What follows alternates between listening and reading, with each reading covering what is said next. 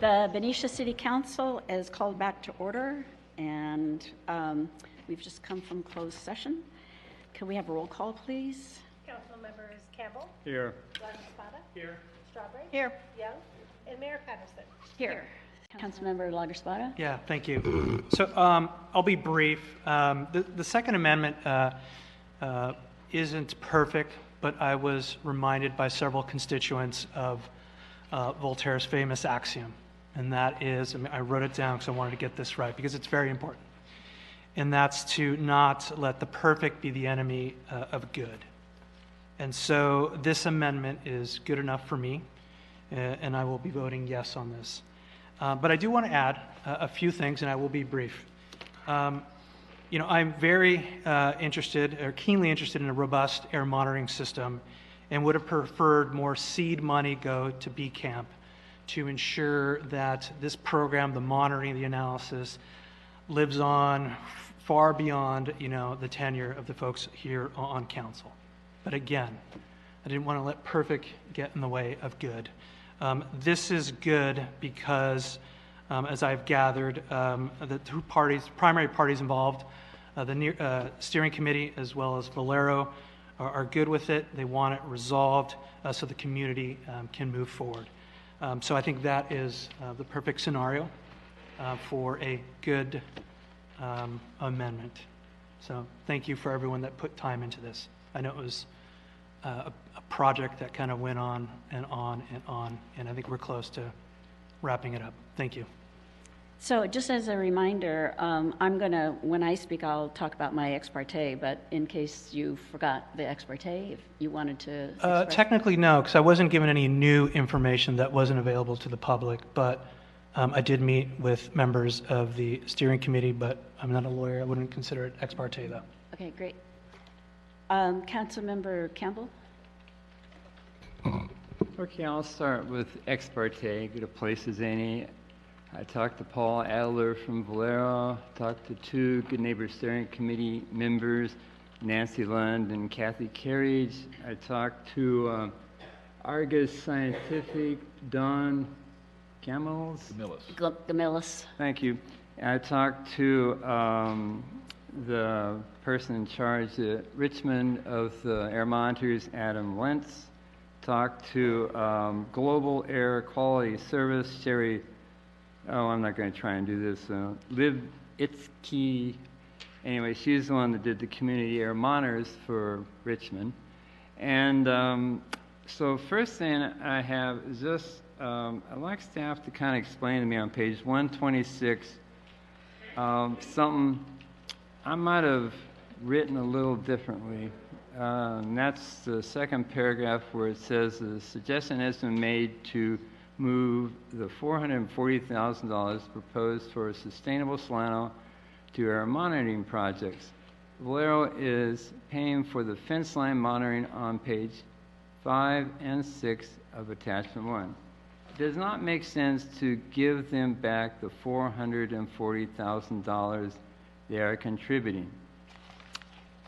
Now, I remember how we voted in closed session, and I think I'm going to remind everyone that our counteroffer to the Good Neighbor Steering Committee was for $900,000 to be used for the community air monitoring system, or some fraction thereof, up to $900,000, and if we didn't use it, then it could go back for any other project as far as I was concerned. So I believe Good Neighbor Steering Committee's position is it's $460,000, and that's pretty much take it or leave it.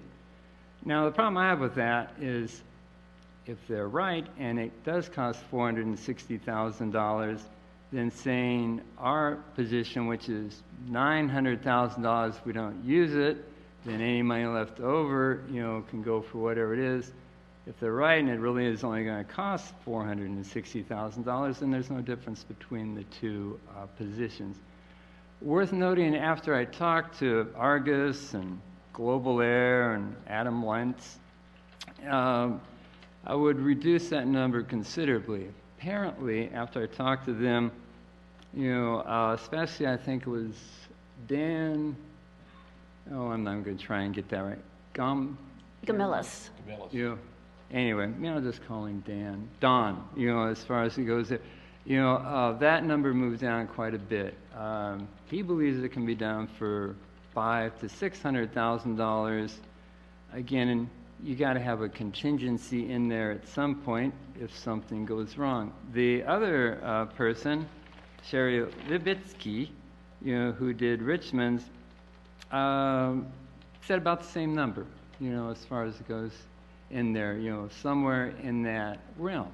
So I'd reduce that number from 900,000 to somewhere around 600,000 to 700,000, and the reason, that I'm not going along with the $460,000 number is basically, although Don, said that, it would be good for 5 years after they put it in, I'm sort of planning on this thing being in there for a lot longer period of time than 5 years. And so you have to set up a trust fund to somehow, keep this thing going.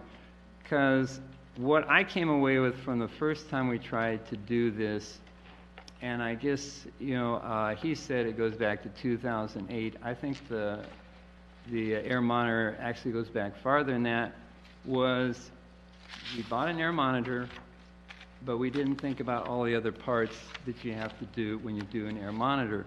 You have to hire somebody to sight it. You have to buy the air monitor. You have to have a power source for the air monitor. You have to calibrate it. You have to maintain it.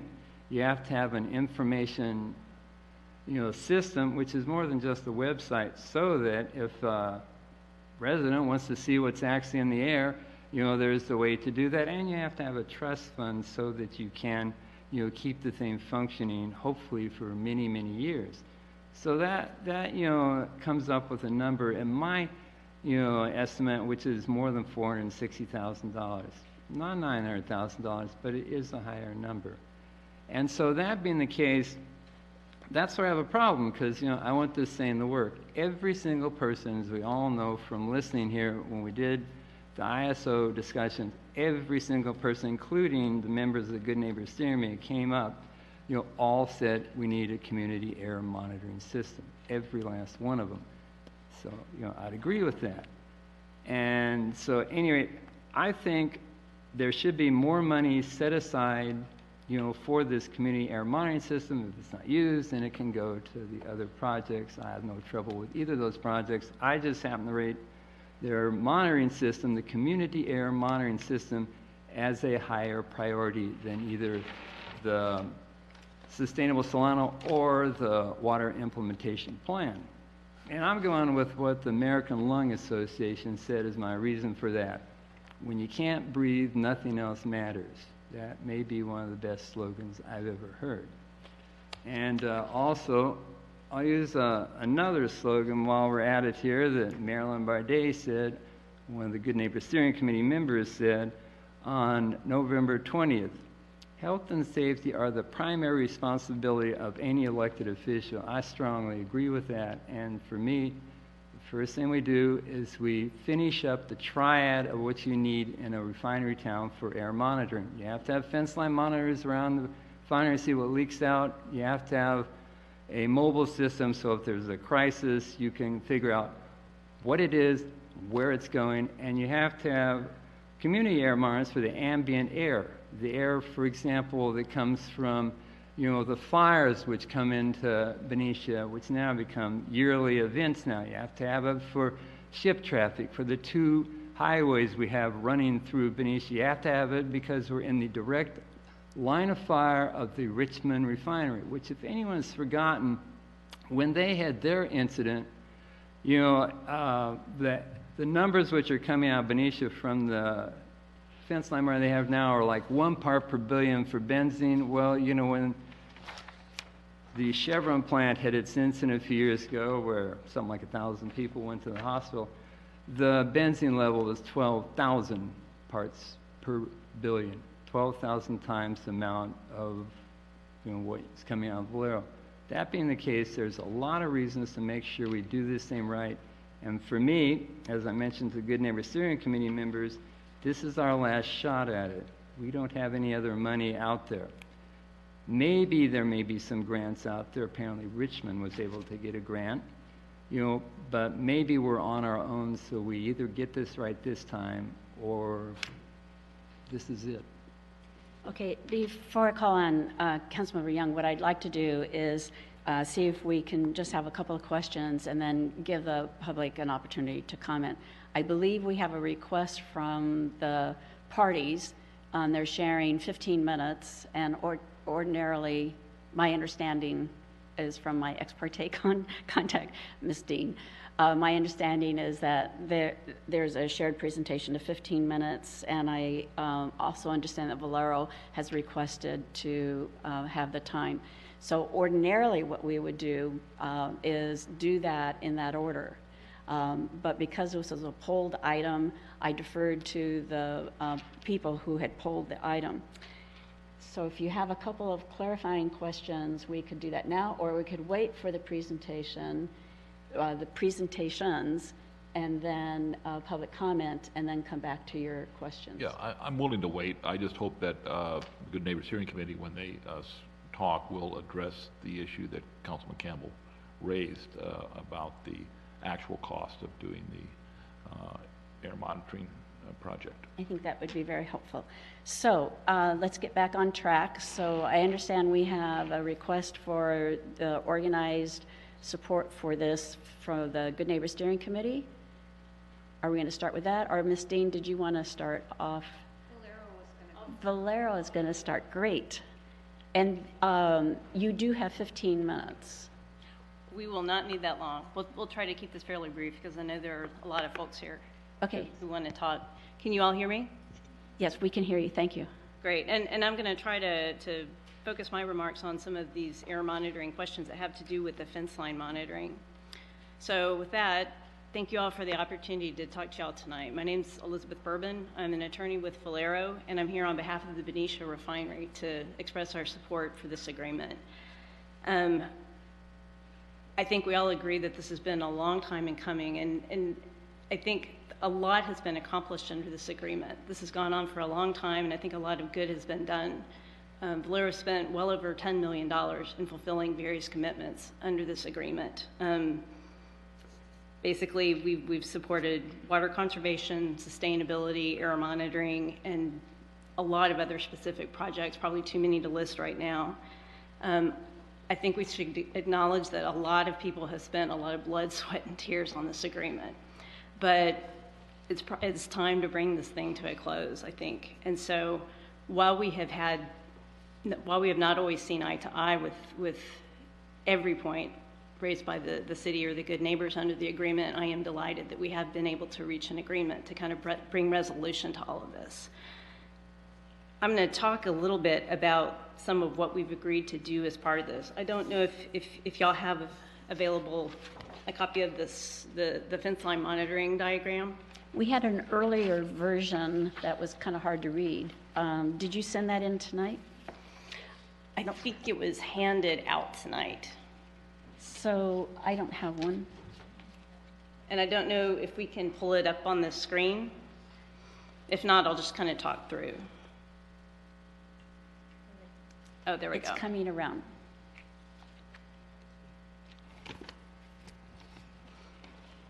Go ahead. So basically, with the Second Amendment to the Good Neighbor Steering Committee Agreement, Valero is committing to expanding the Northwest Fence Line monitoring program. It's in a little bit of a light color, but if you can see to the northwest side, this expands what is currently a state-of-the-art program that's already up and running. It's been up and running since the fall along this west and southwest and eastern portions of the refinery. We're now expanding it to the northwest, which is something that I think the City Council had previously expressed great interest in. And the idea is basically to roll this into the same program with our Bay Area approved monitoring programs that are already up and running. So as far as the type of equipment that's used, the constituents that are monitored for, the way that the data is uploaded to the website, this will all be the same. And one of the things that we've agreed to do is to keep the system running for as long as we have the Bay Area approved system in place. So I think that will provide the kind of duration that you're looking for, because that program, I don't believe is going anywhere. I think it'll be in place for a long time. And in fact, I think it's sort of setting the model for what we're going to see across the country. We've agreed to spend, well, we anticipate it's going to take at least $1.5 million for this expansion. This is a significant commitment, both because we have to order the additional equipment, but also because the terrain in this area is fairly challenging. We're going to have to extend utilities out. And so we think that this is going to be quite an undertaking, but we understand that it satisfies what the community wants, and we're willing to do it. So we think the time has come to make this commitment. I do want to point out, too, that this is in addition to some extensive other monitoring that's already taking place. We've got over 100 continuous emissions monitors that are on specific pieces of equipment at the refinery already. Our federal fence line monitoring program is getting up and running. And, excuse me.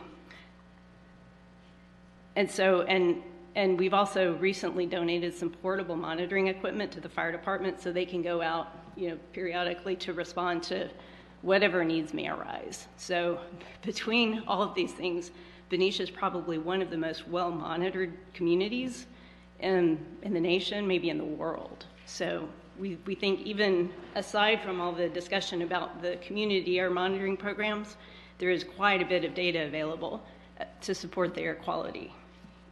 So in addition to that, though, we are donating the equipment that was purchased as part of the original Good Neighbor agreement. I think we spent approximately $250,000 on that. That will be donated for use in the community air monitoring program. So that will relieve some of the funding needs on that program.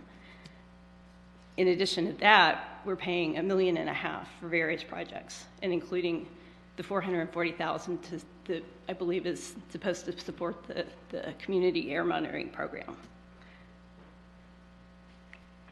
So we're optimistic this will bring closure and certainty, and that this will allow us all to kind of have done with this in a way that allows us all to move forward in a positive direction. So I appreciate your time, and I'm happy to take any questions.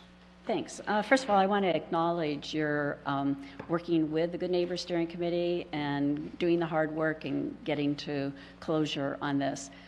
Considering sometimes people are on opposite sides of issues or express publicly a lot of concern, I think it's to Valero's credit that you have been working with the Good Neighbor Steering Committee. In light of that, and that's certainly sincere appreciation, in light of that, I had a couple of questions. So you have become aware that the council, and you just heard it recently from Councilmember Campbell, and you might hear it from others, that there is a desire to move some money around. Would you be willing to go back and renegotiate this agreement with that request by the council? If the city and the Good Neighbors reach agreement on the use of the funding, as long as it's not used in a way that would harm Valero or its interest, we would try to not be in the middle of that. Having said that, I think we've reached an agreement. We would really like to see this happen, and I think the Good Neighbors will probably tell you what their position is regarding that. So I think Valero's position right now is we would rather stay out of dictating the details of how that funding is used, but we would really like this agreement to move forward at this time. And then another question is that I received a couple of emails, so part of my ex parte is that there's some concern about the reporting on the computer with the existing fence line monitoring. How do you calibrate that, and how do you make sure that it's accurate? There is a QA/QC process that takes place, and I'm afraid I'm not qualified to speak to the details of that.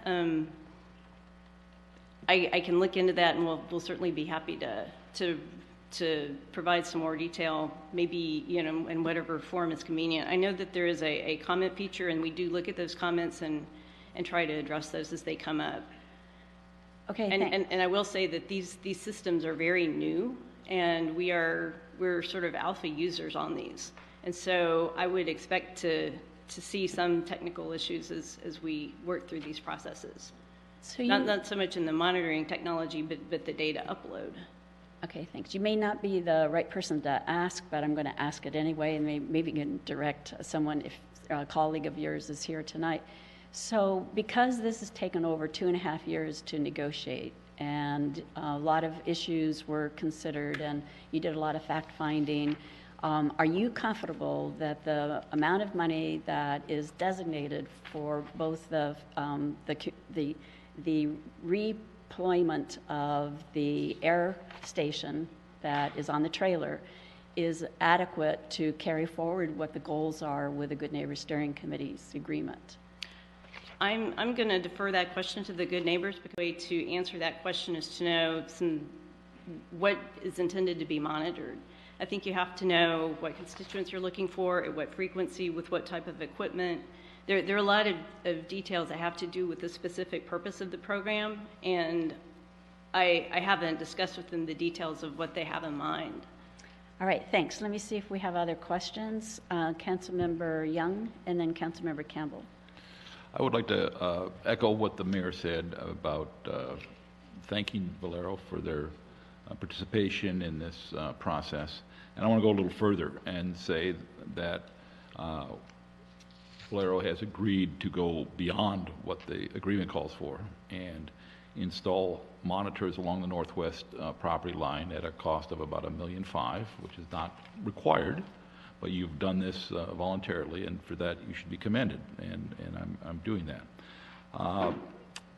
When I read the agreement, there was lots of talk about Valero would maintain the monitors along the northwest side, but there wasn't really a lot of talk about the installation. It doesn't specifically say that Valero will install, and I don't know if that's a oversight or not, but I'm wondering if we can just add something to the amendment or the agreement, unless you or Ms. Dean can point me to something that is more explicit on that question. I don't recall the exact sentence, but we certainly do intend to install them, and so if that needs to be clarified, we would certainly be amenable to that. I thought so. So I would say you would need to identify the specific part of the agreement that's not clear. Heather has it, I guess. Well, I think it's on the first Agrees? part at page 6, which is page 133 in the packet. Oh, okay. And it says Valero agrees to construct, install, and maintain at its own expense. To expand, oh, okay, beyond the abatement required. Okay, I take it back. The last thing I wanted to ask I is... thought we'd forgotten something. Yeah, no more work required on that. In the original agreement in 2003, the original settlement, Valero agreed to provide $15 million for a water reuse project. That never happened, and the money was mostly spent on other eligible projects. My question now is, the need for the water reuse project is maybe even more dire now than it was in 2003.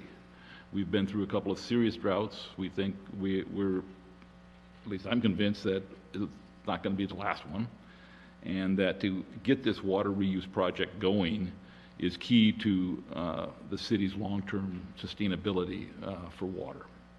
And so my question for you is, would Valero be willing to recommit to a water reuse project at a significantly lower cost than $15 million, but that might involve a slight increase in the amount that you're currently paying for the 1 million gallons a day of raw water that you're getting? I know you may not be the one who can commit to it, or Mr. Adler may not be the one to commit to it, but I'm looking for some indication that Valero is interested in reopening negotiations on this issue. I know generally this has been the subject of a lot of conversations over the years, and so to be quite candid, I don't know where things last stood. I think we would certainly be open to having a conversation about what might be feasible, but I can't really commit much beyond that. I'd certainly want to go back and do my homework as far as what the issues were that caused that not to happen in the first place. So let's try to stay focused on what's before us tonight. Appreciate the question, can be pursued at an appropriate time. Any other questions? Oh, I'm sorry, Councilmember Campbell. Yeah, maybe the mayor, since he was on the council at the time can answer Councilman Young's question, because it was $15 million. Valero spent $1 million on design for the water recycle plant. This group called Pure was a group of citizen volunteers that came back and said, well, for 2 million gallons a day, it's going to cost about $40 million, at which point, I think that was the Messina Council. They said, okay, well, we can't afford that, and in essence, gave Valero back $14 million. And then, on the other hand, when the new amendment came back, that really is a different $14 million for all intents and purposes. That's sort of what happened. I don't know that Elizabeth has the background, but I had the background. So per the agreement in 2003, the council then set up the people utilizing resources efficiently, known as PURE. And we did consider the economic and regulatory and environmental feasibility of water recycling. That would be treating water to be used by Valero. And the goal was $15 million for 1 million gallons per day. We looked at 2 million gallons per day. It didn't matter by the time we finished the work after about 1.5 years because prices had gone up so much that it was about a $26 million project for the recycling. And in the meanwhile, Valero had chosen a different strategy for the sulfur scrubber, which is why they were less interested in the additional water. So we brought it back with recommendations from the PURE committee about, in a good faith effort, how Valero could support the intent of water and air conservation. And the council at the time voted against moving forward. They had the enforcement authority. They didn't exercise it, and so that money sat there. And it wasn't until the main project, which was the whole environmental review process in 2000, 2002, had to be modified in order to meet, I believe the staff report talks about how the permit was going to run out of time, and then there were some modifications to the facility for the Valero improvement project. Because of that, the Good Neighbor Steering Committee and I thought it would be a really good idea to exercise the remaining $14 million for those good faith efforts, as did Valero. And those became conditions of approval for that land use permit. And from then on, we began detailing through the city and through Valero and through the Good Neighbor Steering Committee to achieve these things. And I'm just going to pile on and say thank you very much, because there were a whole lot of things that were accomplished in this city because of that agreement, because of your willingness to work with the Good Neighbor Steering Committee and the hard work that was done by our staff, Heather McLaughlin, and other members of our staff. Some of here are still here, some have gone on to other positions. Where we are tonight is to deal with your desire to finalize this, and Good Neighbor Steering Committee desire to resolve the disputes that were significant, that have been resolved, and for the council to agree to that or not.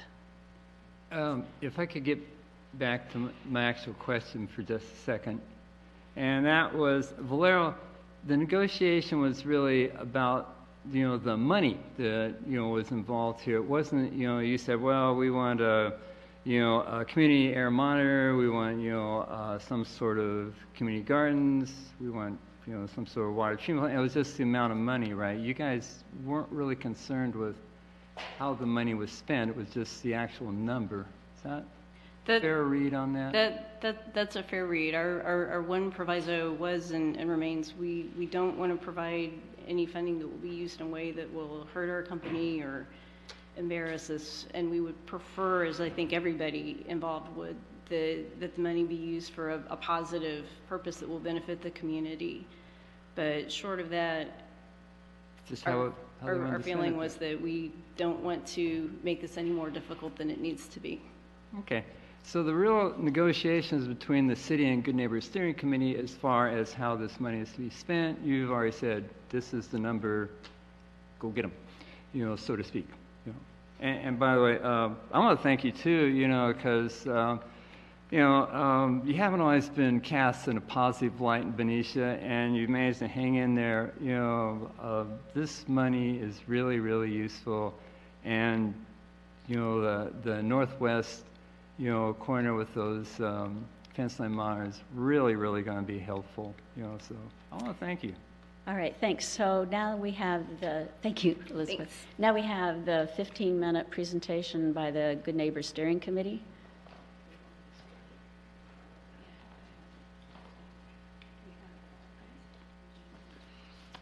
Good evening. We actually did have a PowerPoint presentation. We printed it out there, and with the mayor's permission, we would like to show it, if that would be okay. Absolutely.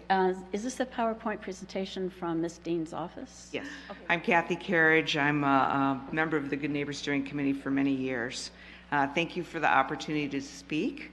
We have 5 speakers. Each will be covering a different aspect of the settlement agreement.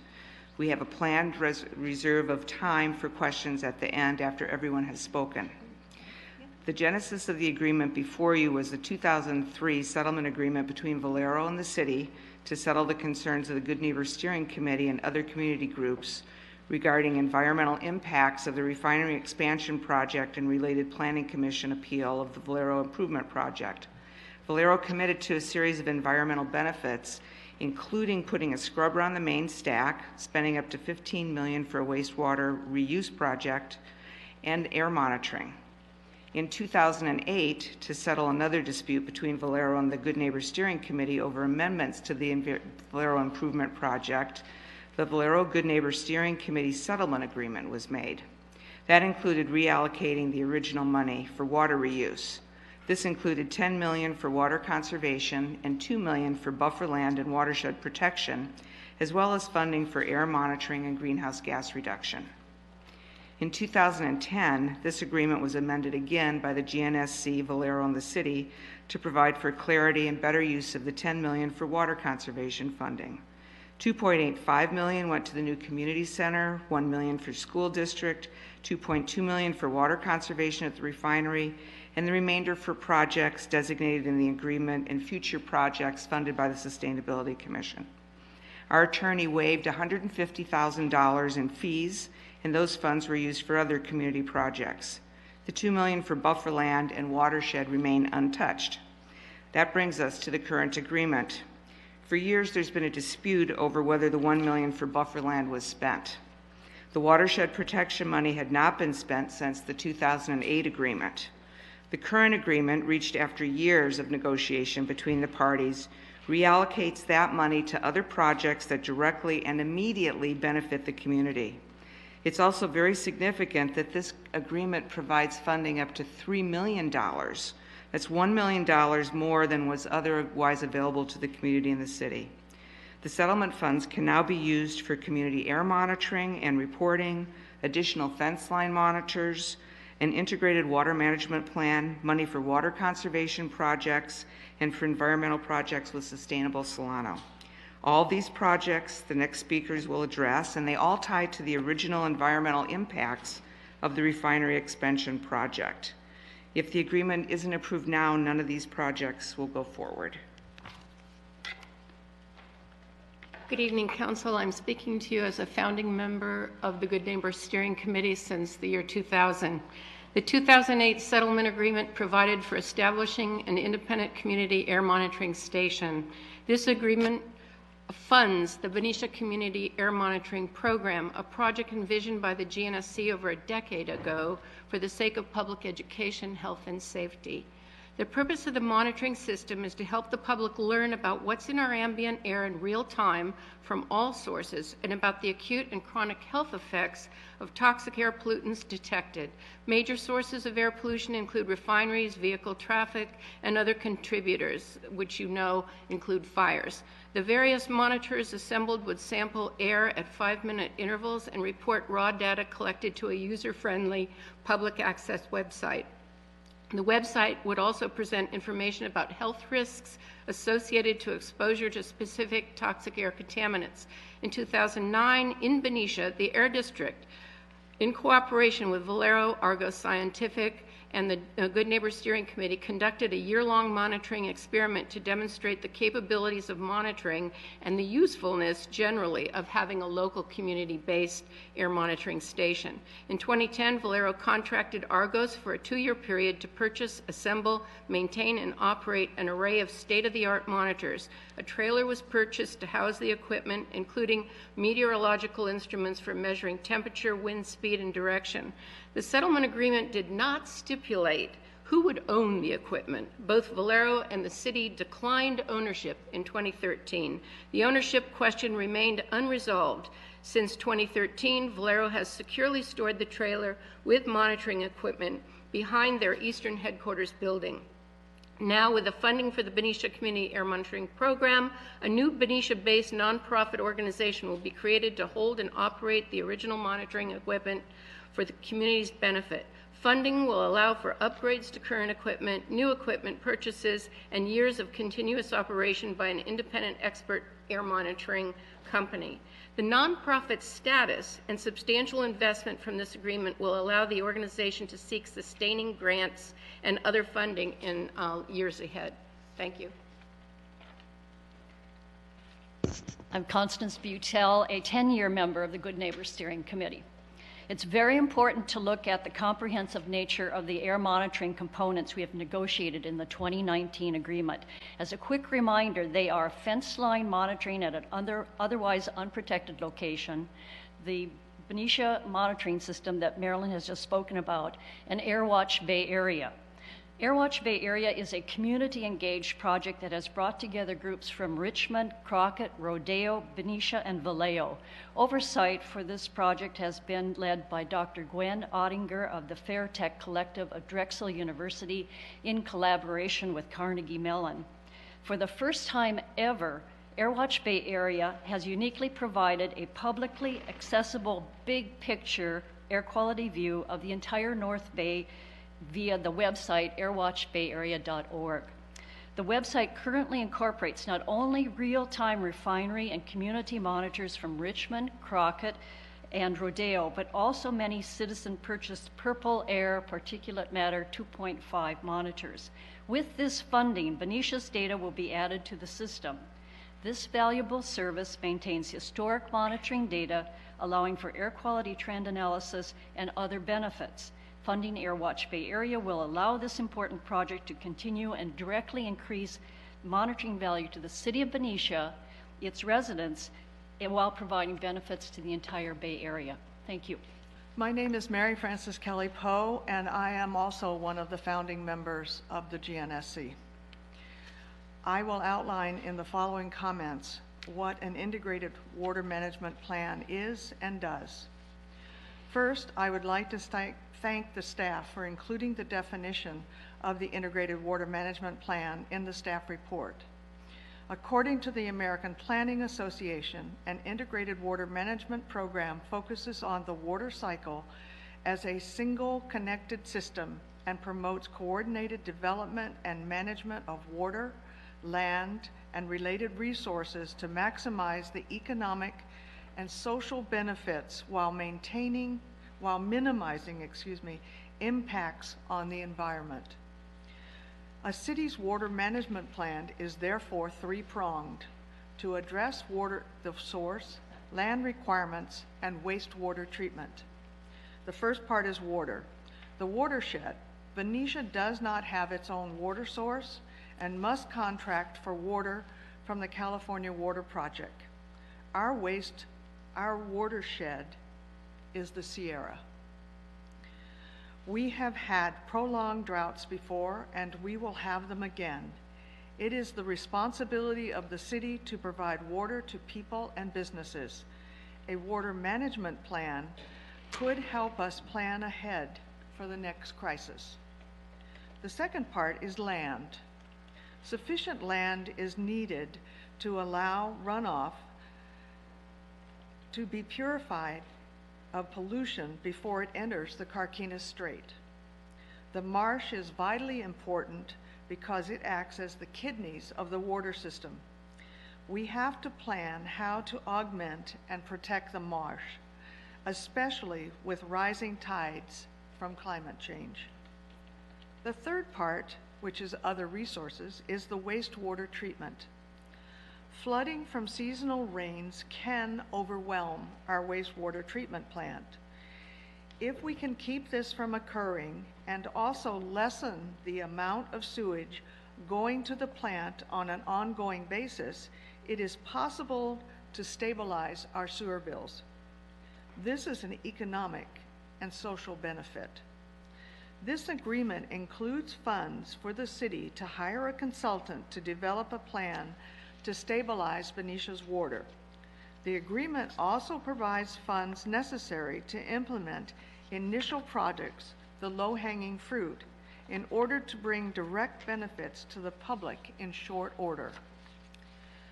This plan would account for water-saving impacts achieved in the community, such as Sustainable Solano's water-wise landscaping project for individual homeowners and public spaces.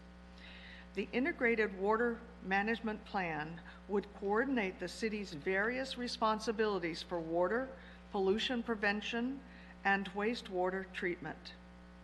Thank you very much for your time.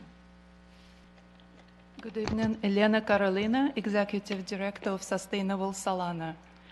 This year marks Sustainable Solana 20th anniversary. Looking back, we cherish our Benicia roots. In 1999, Dr. Ed Swenson envisioned creating a community garden at the property of Heritage Presbyterian Church. The garden's still growing, and the organization became Benicia Community Gardens.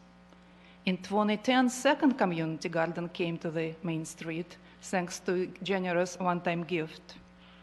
In 2012, looking to strengthen our local food security, we introduced What's for Dinner educational program, followed by a community-supported agriculture. This program still goes on in Benicia.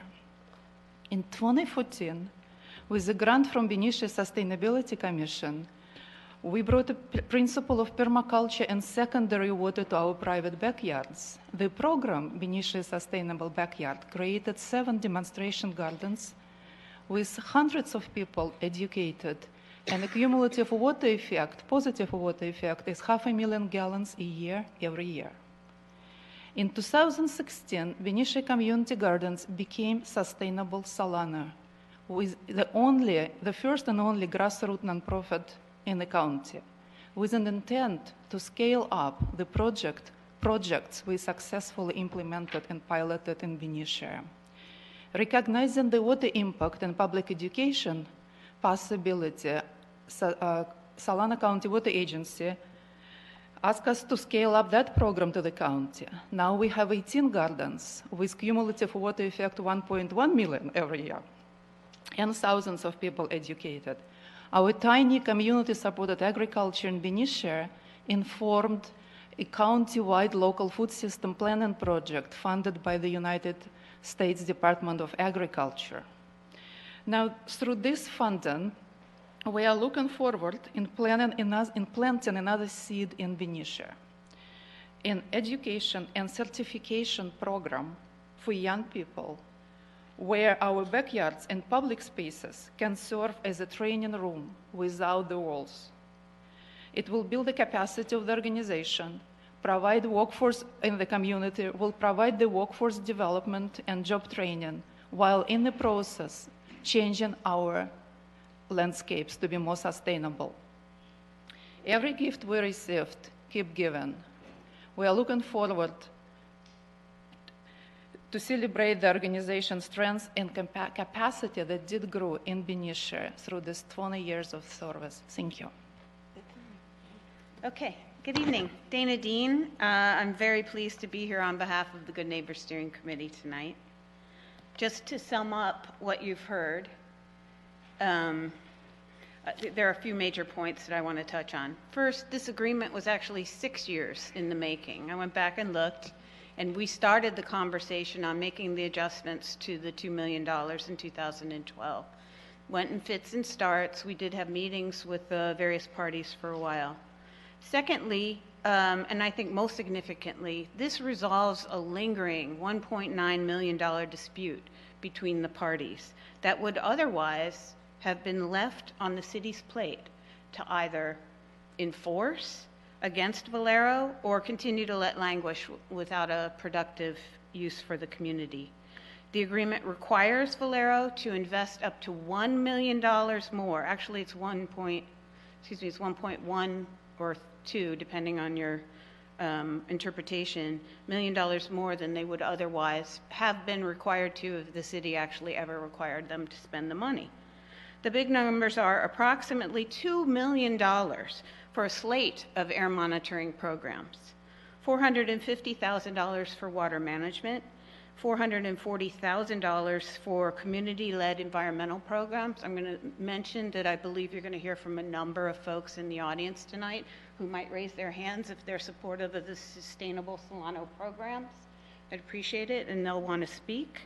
And finally, if I could have 10 more seconds, I want to mention that these are all things that relate back to the original environmental impacts of the project, and they all support Good Neighbors' well-stated, off-stated purpose of funding projects that have a ripple effect. They fund a particular project. I'm sorry, your time is up. Okay. Thank you. Thanks. Are there any Thank you for all questions? your time, and I'd be happy to answer questions or direct you to the expert. So we'll start with Councilmember Young and then Councilmember Campbell. Thank you. I guess this would be for the group.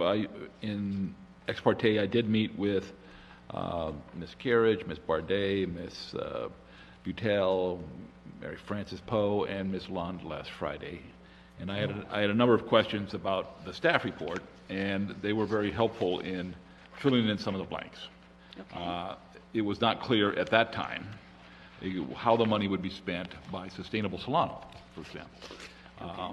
And they were helpful in sort of spelling that out for me, and we now have some stuff on the dais that is not in the staff report that makes that a little clearer.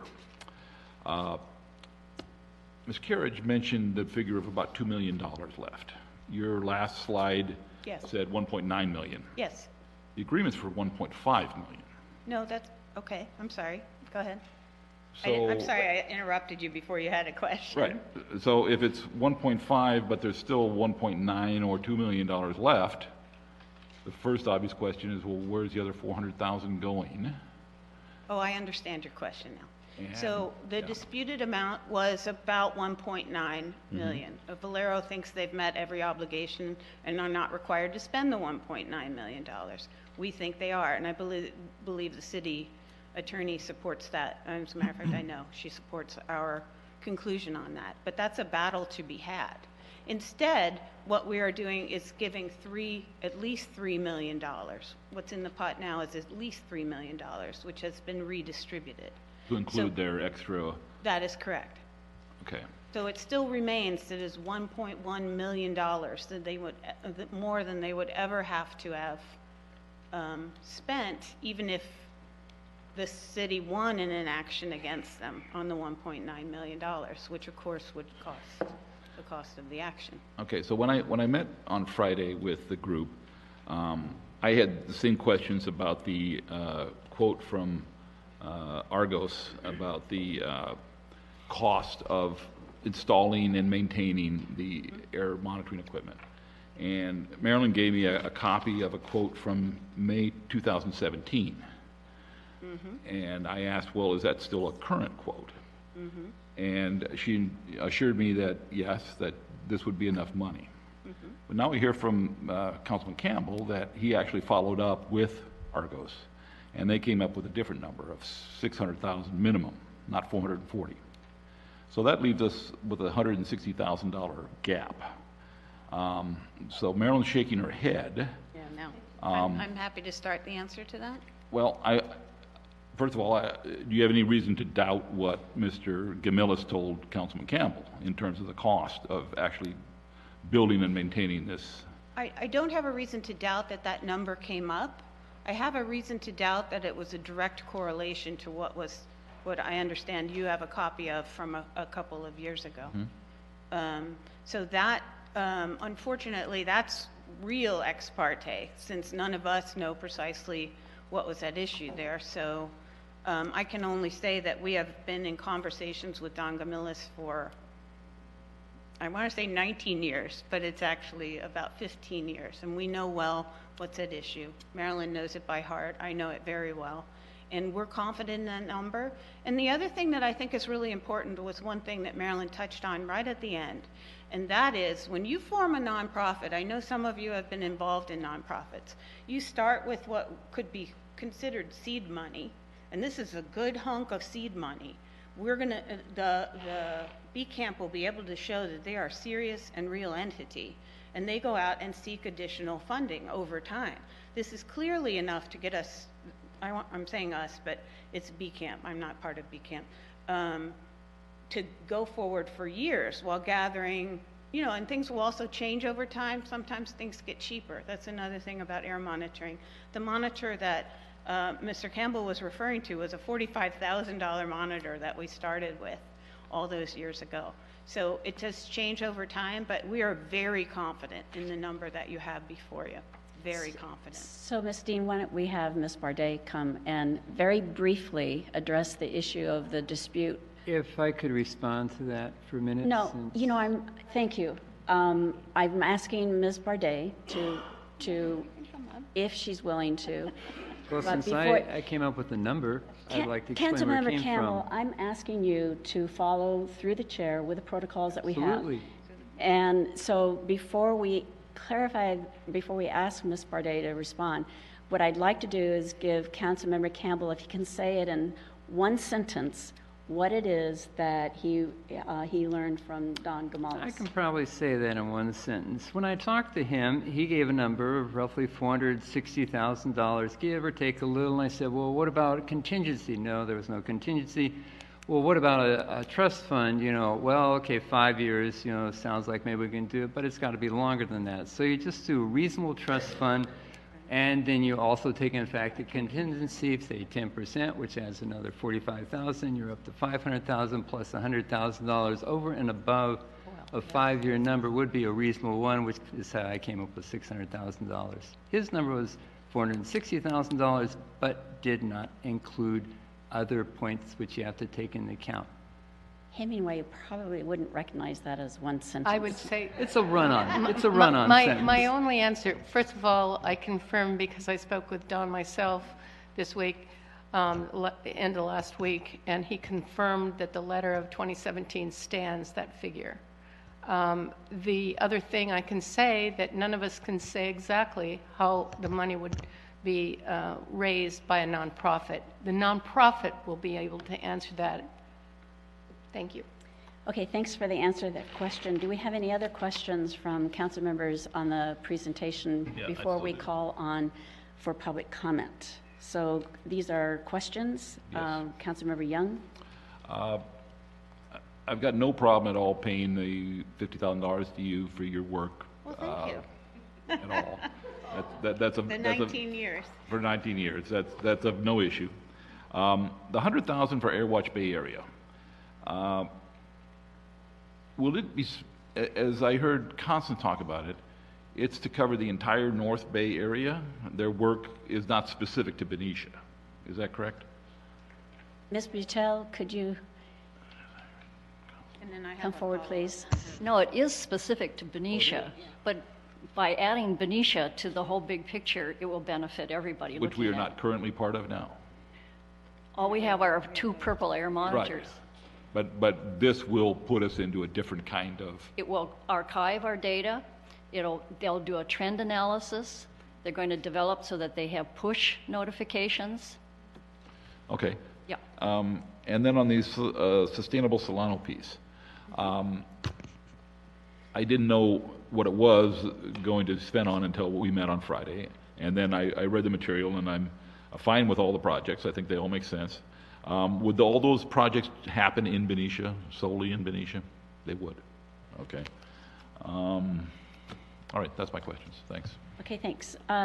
Question from Councilmember Campbell? Yeah, and getting back to the $460,000, you know, what if you're wrong? You know, quite simply, what if you're wrong and it turns out to cost more? Ms. Dean? Sure. Well, first of all, let me step back and say it is anticipated that part of the nonprofit's work will be to seek out additional funding. It is possible that there will be opportunities in the future for additional funding. I don't want to get too specific. One hopes that that's not true, but among the things that occurs is oftentimes the refinery will get a notice of violation. Those penalties will pile up and they can be distributed. And among the places they could be distributed to is a local nonprofit whose job it is to monitor air quality in the area that they're at. So that's one example of where we can get additional funding. B Camp can get additional funding, and that will be part of their purpose. So what if it isn't enough? Oh, and let me say this. We have a long-standing relationship with Argos Scientific. They are very interested in pursuing this, and I think B Camp might have someone who could negotiate a better deal if needed.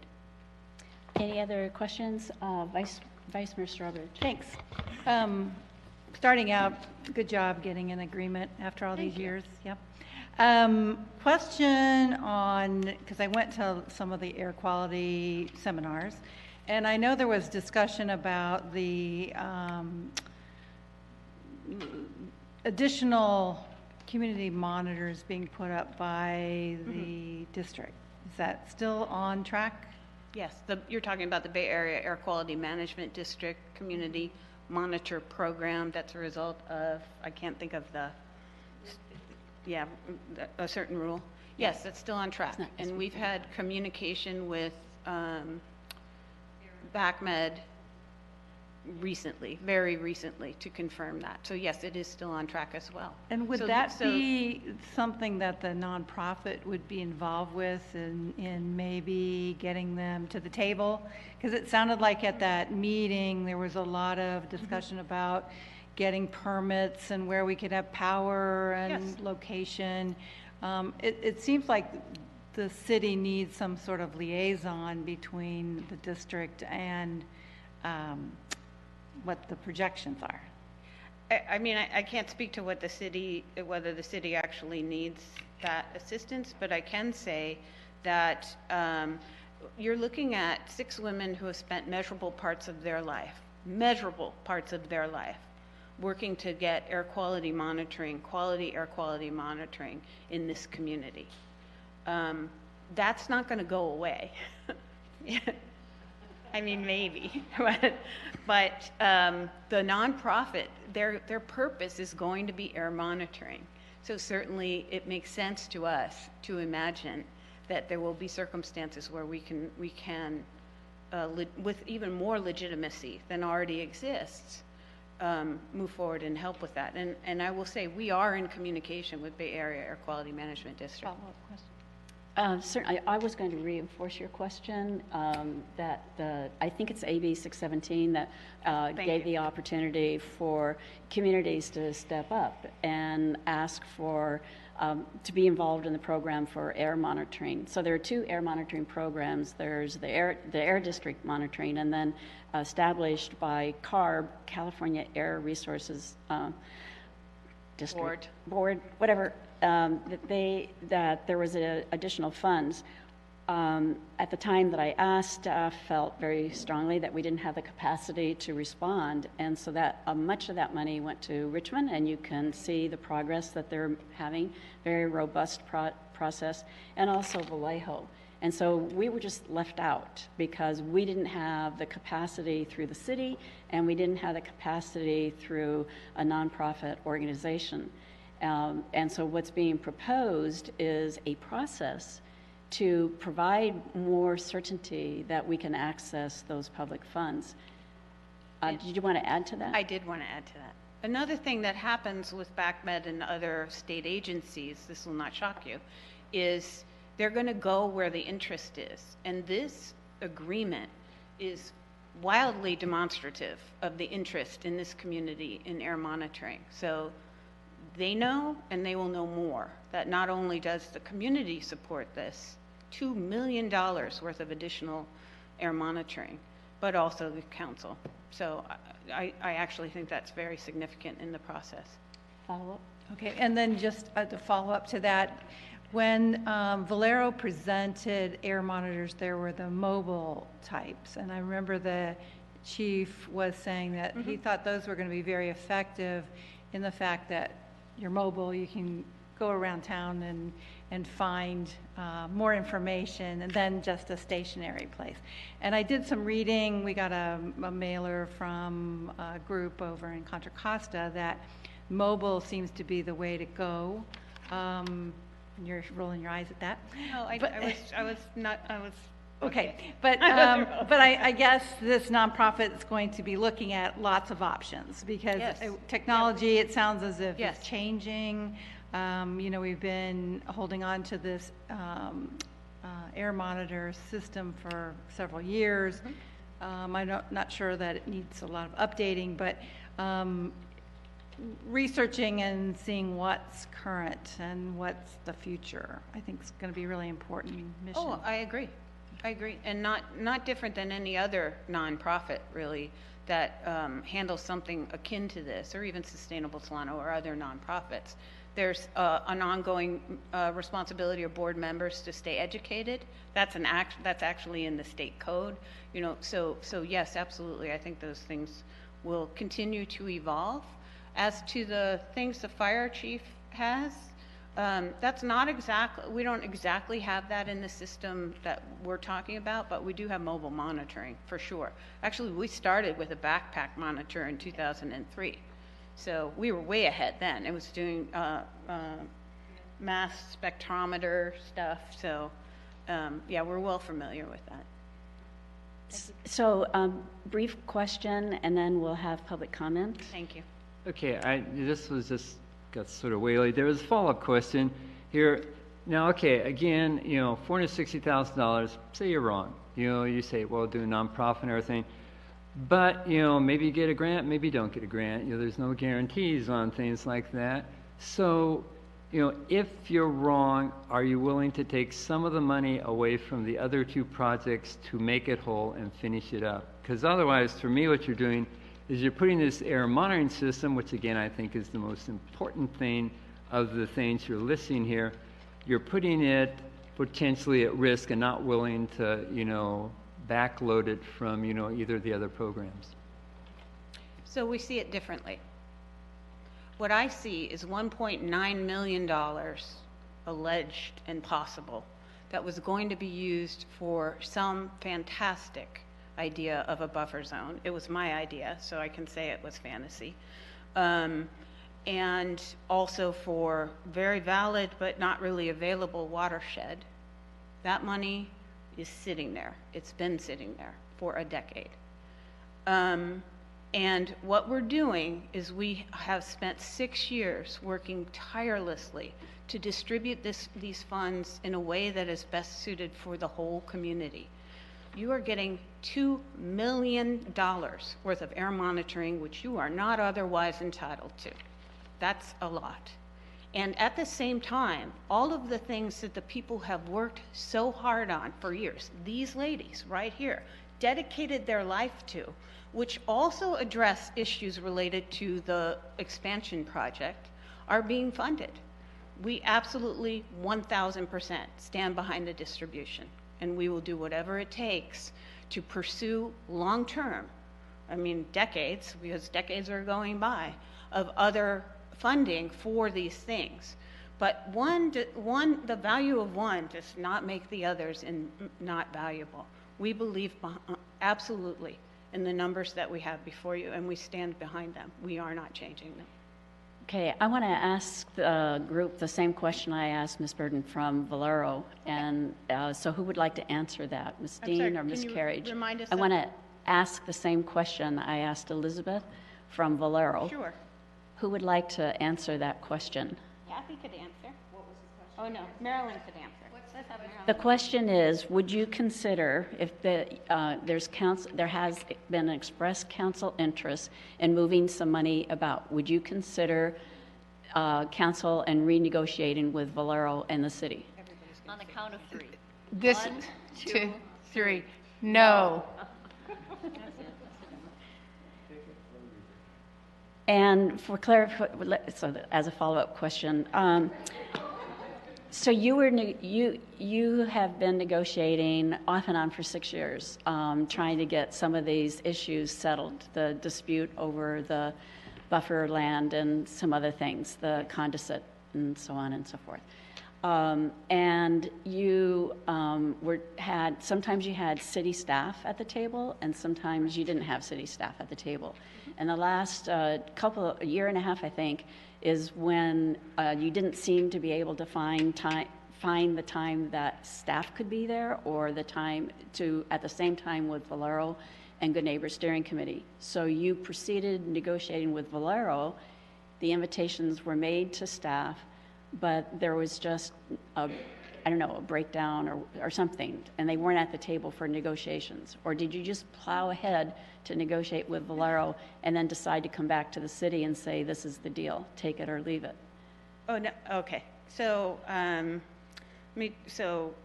no, I think is the short answer, but that was a lot. So let me start with, we started having meetings with the city and Valero in late 2012 or early 2013. Big meetings, a lot of people at the table, so on and so forth. There were some intervening events that kept the parties from getting to the table together for a few years. I think we all know those. And then once those issues were resolved, I'll just say it, once crude by rail was resolved, it took some time and some discussions to get everybody to the same table at the same time. I did keep your staff informed, in particular your attorney. We discussed and we went back and forth a number of times over a number of issues. And then that was in 2017. I sent a letter to this body, as it was at that time, asking to get into the meat of it.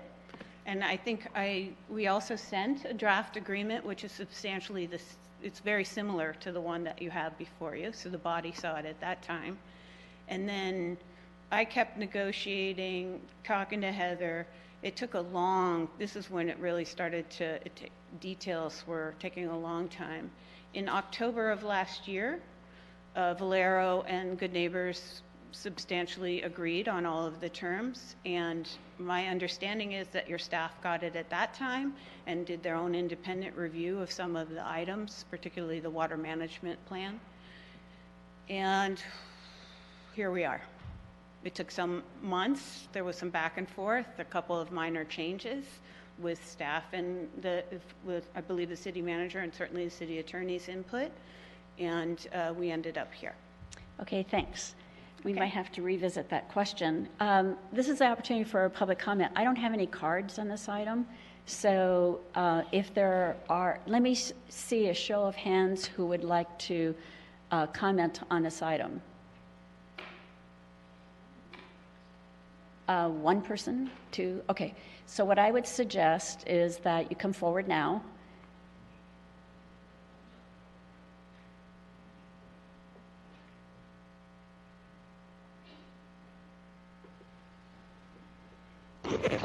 Hopefully not 15 minutes. No.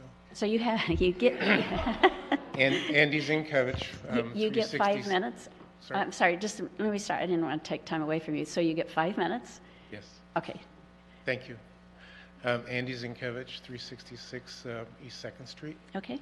And I'm speaking in favor of the amendment of being adopted as is, based on my understanding that it's been a very long time that this has been going through, and that the group that's been considering it is very dedicated not only to it being the right way to go, but also in making sure that it's going to be the right way going forward. I'm concerned about my grandkids and about this working for them, and I think this is a good time to go and a good time to start. That's it. Thank you. All right, thanks. Are there any questions? See none. Thank you. Next person wishing to address the council on this item? Hello. Hi, I'm Dan Morgan, 771 West I Street. When I came here in maybe 1985, I never thought about air monitoring as being something that I was worried about. It seemed like all the bad stuff was blowing out toward Antioch. But now we know even this year, maybe, everybody was wearing air masks. Southampton, right? You know, so seems like this is a function that government should start to have. I think that we should be monitoring the air. I don't think we should be nickel and diming it at this point. I think it'd be a good start, accepting this plan, and then moving forward, it should be something that the city should continue to do and take responsibility for, so we don't have to have these type of agreements to keep it going. That's thank you. Are there any questions of Mr. Morgan? Thank you very much.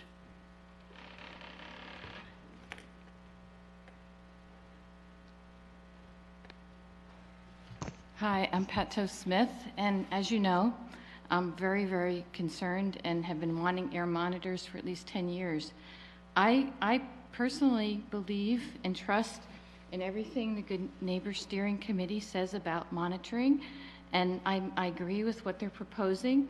I'm very happy that we'll finally be getting community monitors, so we'll not only know what the PM levels are, but we'll know what the individual chemicals that we're breathing is. So I feel strongly that this should go forward as is, because I do think there's money out there. I've even considered getting people to chip in and getting a mobile monitor myself and having it set up at different places and just doing it privately. So I do think people want this. The purple air monitors have gone from literally 2 to almost 10 now. So I do think there is a lot of public support for having monitors. I don't think they're going to have any trouble continuing this once it starts. I've gone on AirWatch Bay Area. I've gone to their workshops. They do a tremendous job of showing you the different levels at different times a day. So I do think they're going to be a big partner in this. And I just think the concerns are just not valid, because I do think this is going to go forward. Venetians want it, and they have wanted it for a long time, and I just think this should happen now, and the proposal should be adopted. These women have worked so hard. I want to give them a hand.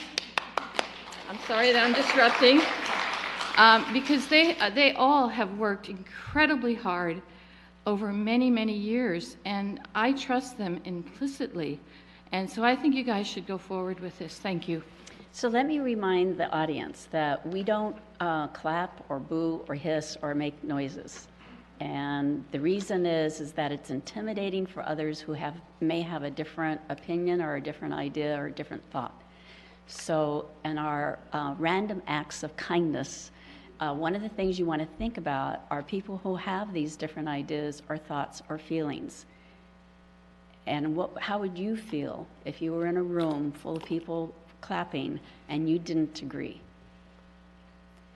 So that's the reason that we don't do that. And I sort of hate admonishing my friend Pat, but please don't do that. Okay, next speaker.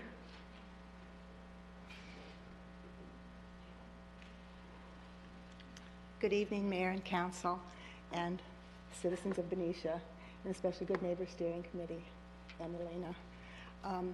I just want to say that I am obviously for the air monitors. I'm glad that it was brought up, the American Lung Association's rating for Benicia. I've been concerned for a long time also. I went to my doctor, and because I was having all these allergies and upper respiratory issues that I'd never had before, and my doctor said confidentially, it's environmental pollution. I had all these allergy tests and all these different kind of tests, and they could find nothing wrong with me except a severe bee allergy when we had hives. And so I'd just like to put that out there. It was not written in my record, which disturbed me when I found out later, but there really is an environmental pollution problem here. Otherwise, I'm very healthy. I would like to thank all the many years of work that has been done on this through the Good Neighbor Steering Committee who started this, and the cooperation with Valero, and I'm hoping the cooperation with our City Council at this point to move forward on this and develop a really serious, committed air monitoring system that covers a large portion of our city. And also, I'm here to support the Sustainability Solano group. I'm one of the early board members for the Benicia Community Garden. I was probably on the board for, I don't know, 6 to 8 years, and helped start, was the originator of the Robert Simple Children's Garden and Master Gardener, and I've worked in many volunteer ways for gardening. And I've seen the benefits of the gardens that have been started in personal homes. A family across the street from me started a garden, and they have 3 kids aged 10 and under. And every one of those children is involved in working in their little garden. And it's all watered by gray water. And to watch these children learn at a young age what they're going to carry forward, that was offered through this program. And I see many benefits. So I'm hoping that both go forward with the city support. Thank you. Thanks very much. Any questions? All right, anybody else wishing to address the council on this matter? And seeing no one rise, we're going to bring it back. Before I'd like to move on and get a decision on this, I want to just provide a perspective that I see what some of the problem is, and it's all understandable. The first is that we have a group of people who've worked really hard, are very intimately knowledgeable about all the aspects of this agreement that's before us. And they've been working on it, most of them since 2000 or so, when they were reviewing the EIR and then moving forward. We have our city staff, which has changed a lot. And over the years, we've had the consistency with our city attorney, but the city attorney isn't always the one negotiating. As a matter of fact, it's really considered to be more appropriate for other staff to be negotiating on an agreement like this. And through no fault of their own or this council, we have had a massive change in staff. We're very proud of our city manager and our new department directors, with exception Mike Dotson. We're not proud of you, but you've been here so long. Wait a minute. I'm proud of you. And so we have this frustration of some members of the council that this is take it or leave it. And as Councilmember Largaspada said, don't let the perfect be the enemy of the good. And that's kind of where we need to come back. And so we've heard very clearly that if we don't agree to this agreement tonight, that there is no agreement and there isn't a willingness to bring all the parties together and renegotiate. I believe that's what I heard. The issues that so that's one thing, that's a feeling that you have. But if we can kind of take a deep breath and do some mindfulness, we can get to the hopefulness of this agreement. And so I just want to be clear that I will support what's before us, and I'm trying to understand all the frustration about it, and I think I do. More important to me is to move forward and do what has been promised for a very long time, and this is a path forward. Any other comments on this before we entertain a motion? Councilmember Largaspada? Councilmember, oh, somehow you're late. Councilmember Young was first, and then Campbell. So I'll make a motion to approve this item. Mike? Second. I'll make a motion to approve this item. And there's a couple things I just would like, and I don't know if it's appropriate, maybe Heather will tell me that I'm wrong.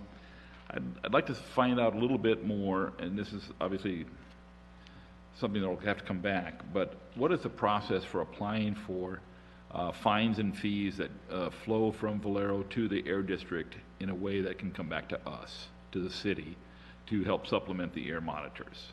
I know it's been done in the past, but I think that there is some process that we haven't taken advantage of before. So I'd like to propose that we do that. And the other thing is I'd like to see if the council would be willing to direct staff to reopen negotiations and discussions with Valero on the water reuse project. It is something that is still needed. It's something where we've done a lot of the engineering already, where we have acceptance of the technology. And given this discussion tonight, I'm hopeful that Valero would re-engage with the city on that. And so I would like to include that direction to staff as part of my motion to approve this item. So I would, we have a second on this so we can discuss it. We have, the item before us is a resolution.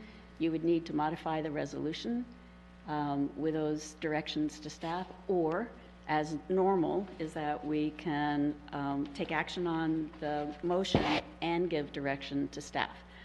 On the first item, and I would recommend the latter choice. On the first item, we are on record and we have met with the Air District about having those fines returned to us, and so that information is readily available in file and be happy to share with you. On the second item, I'm not sure that negotiations have been closed, they just haven't been kept up. So maybe what I would suggest is that it's a perfect thing to focus on our upcoming goal setting, and maybe in that process we could have this information about the status of that. Does that satisfy your needs? Well, I'm afraid that it'll get buried in all the other demands and needs that the city has. So I would like to keep it as part of this, whether it's part of the resolution or direction to staff. I would like to at least get some direction from the council to the staff tonight on that particular item. I need a little bit of help here because as I understand that we have adopted a work program and goals, and that we're in the process of updating that work program and those goals. And one of the things that we would be considering are the resources to go forward with the recycling negotiations. So it feels to me like we're telling, one council member is telling the rest of the council and staff that this is what he wants to do, and it's not part of the process of goal setting. Well, I'm asking to see if there's council support to do this. It's not just me. If there's not, that's fine. And I don't remember that this was a specific goal that was called out that will be addressed. And we're going to be setting new goals at the end of March. But as I said, I think there's a whole lot of demands on city staff and city resources. And I'm just afraid that this particular item would get lost in the shuffle. So I'd like to keep it. Ms. Tenfo? Thank you. I agree with the mayor that the goal-setting session would be a great time for you all to talk more about this and see what kind of priority that it is for you. Councilmember Young, I think what you're saying is actually making the point. There is more that the council would love for staff to work on, and frankly that we'd like to work on, but the capacity is just limited. And so that venue is probably the better place for you all to have more of a conversation about this. And if it does rise to the top, then we will put it on the work plan and make progress on it. So I do agree, and especially since it's coming up in just a few weeks. It's very near term. I think what we would appreciate is an update. What we're going to be doing after we take our break is going over our programs, but we don't have the update on the recycling. No. And that would be very appreciative. So maybe that direction is to provide us that information prior to the goal setting so we can all be on the same page. Okay, that's acceptable. Okay. Okay, so we have a motion, which is to approve the resolution. So there is no resolution. It's just by motion. So approve the agreement by motion with the minor technical changes I pointed out in the report. Did you get that? Further discussion? Call the roll, please. Councilmembers Campbell, I hope you can put together that community air monitor, because that's really important to me. Yes. Marcus Spada, Yes. Strawbridge, Yes. Young, Yes. and Mayor Patterson. Yes, hallelujah. And direction to staff on the first item, which I've now forgotten. You had a first consideration. No, it was before that. Mayor Patterson, I have the first. The fines. I have it. So, Yes. right, the fines. I made a note. Okay. We're going to take a 7-minute break.